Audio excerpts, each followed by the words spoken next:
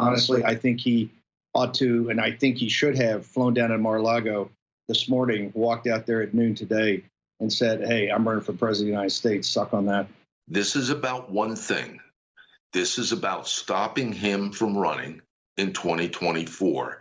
I do not think it's beyond this administrative state and their deep state apparatus to actually try to work on the assassination of President Trump. I think everything's on the table. I was in Washington, D.C. I was at a couple different social events, and I heard people talking.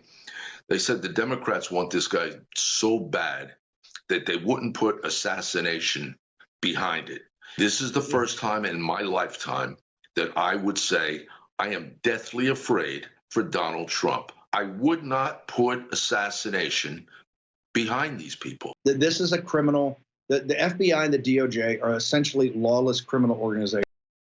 You guys remember when conservatives were pulling their hair out over Donald Trump's residence being searched over those documents that he stole from the U.S. government? Remember that whole thing? I'm sorry, the United States people is who he stole those documents from. They're talking about assassination. Somebody's coming for the president. Somebody's going to kill him. What does that lead to? Well, leads to a Texas woman who's a fan of Trump has been charged with making death threats on his behalf. Weird how that works. So a fan of Trump who's afraid he's going to get assassinated then decides to start telling people she's going to kill them. Let's go to those details. Tiffany Gish, she was arrested last week in the Houston area after she admitted to federal marshals that she had left 3 threatening voicemails telling U.S. District Judge Eileen Cannon that she was marked for assassination and that she was planning to shoot her in front of her family. That's what the federal criminal complaint says. The content of her voicemails were also unhinged, just as her remarks were. Here's some of those things that she did say. In another voicemail, she said, "You're full of stuff, and I'm going to effing have you shot myself. I've already ordered snipers and a bomb to your effing house." And in these voicemail messages, Gish referred to herself as Evelyn Salt and said that she was in charge of nuclear for the United States government. I think you can figure where this is going and where her particular thought process might be. You said she mentioned Evelyn Salt is who she is. There's Angelina Jolie playing Evelyn Salt, who's a Russian assassin in the 2010 film Salt. Pause. Nina, I say this all the time, and I'm trying to figure this out. You get conservatives who say those damn liberal elites in Hollywood, all they are actors, and you know what? And all they do is follow those Democrats. Yet every time they want to be a badass, a cool person, they start naming themselves after Hollywood elites who played a fake role of a fictional character so they can be badasses too. Or when they find the 2 or 3 or 4 conservatives that are in Hollywood, they're like, look at these Hollywood elites. They're so amazing and awesome. Look how they agree with me. Hey, if you either you like Hollywood or you don't like Hollywood. Either you want to be Evelyn Salt or you want to be just some random lady from Texas who says that she is.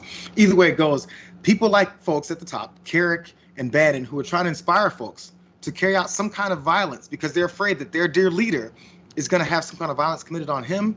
I think they know how this works. Oh, they do, JR, and it's called hypocrisy and also a cult. I mean, this is some dangerous stuff.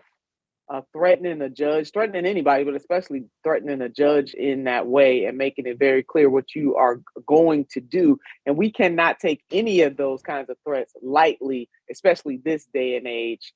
But these people are sick and they keep proving it time and time and time again. And as we mentioned earlier in the show, JR, about the former president teasing whether or not he's going to run, as you can see from Bannon's comments and the other gentleman's comments, they are really trying to get their base even more amped up. And we could have something, they could gin up something even worse than January 6th with all of this crazy rhetoric out there. It's very dangerous what they are doing.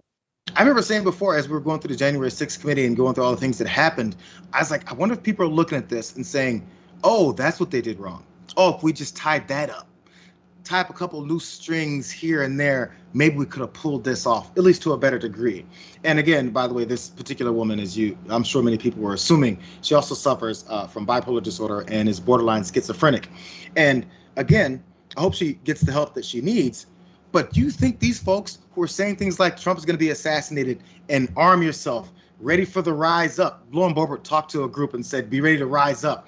You think they don't realize some of these folks believe them because they're not fully aware of what it is that they're doing and what they could be doing and what they think reality is? yes, they're taking advantage of folks like this, and they're using them for their political expediency and movements there.